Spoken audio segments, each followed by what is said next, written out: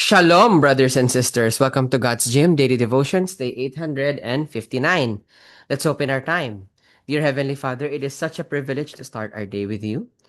Lord, as we study today's passage, please be with us, for you, Lord, are the only one who can teach us without misinterpretation. We love you, Lord Jesus. In your mighty name we pray. Amen.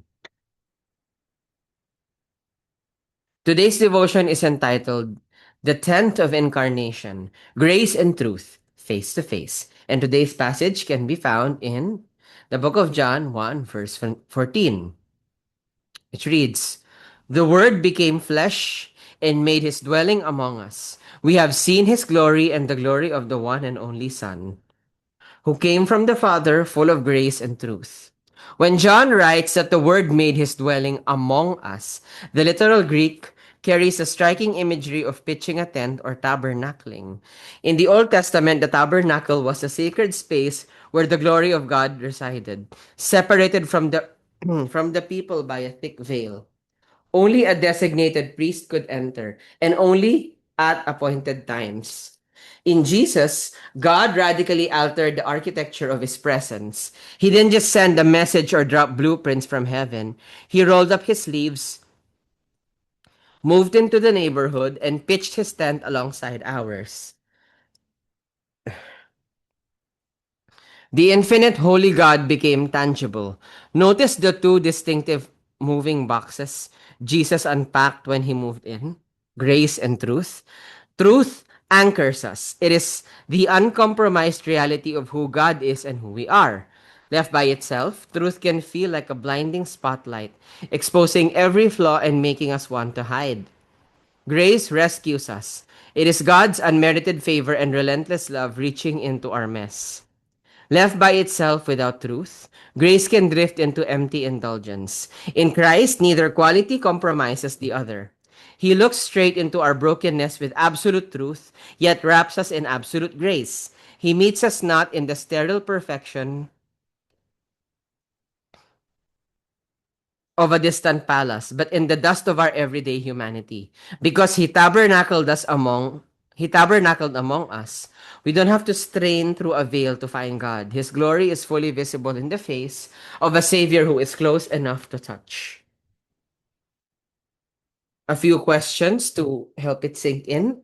Where do you most need to experience God's tent today?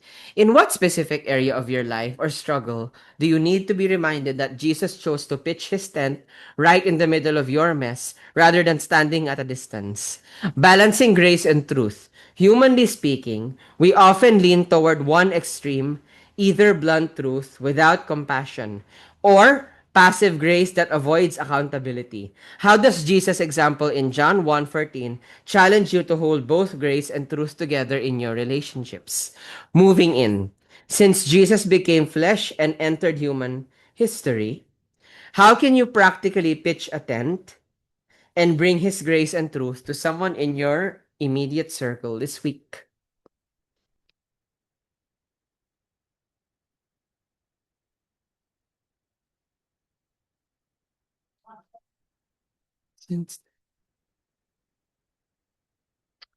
Please take your time, read through the questions, and once you're done, we lovingly invite you to come to the comment section down below, share with us your answers, prayer requests, prayer praise items, anything at all that the Lord Jesus will prompt you to share with us.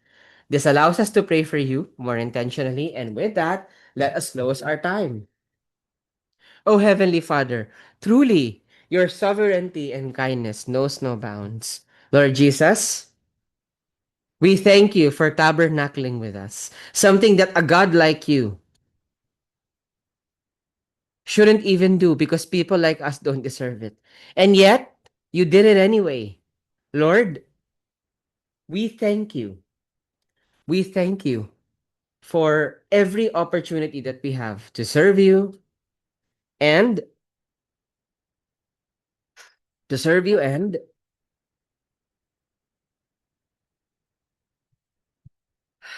to spend time with you. Time we do not deserve, closeness we do not deserve. In other words, Lord, what are you doing here in the real world? So close we could touch you. We love you, Lord Jesus. In your mighty name we pray. Amen. That will be all. God bless and keep you. Shalom, shalom, brothers and sisters. Shalom, shalom.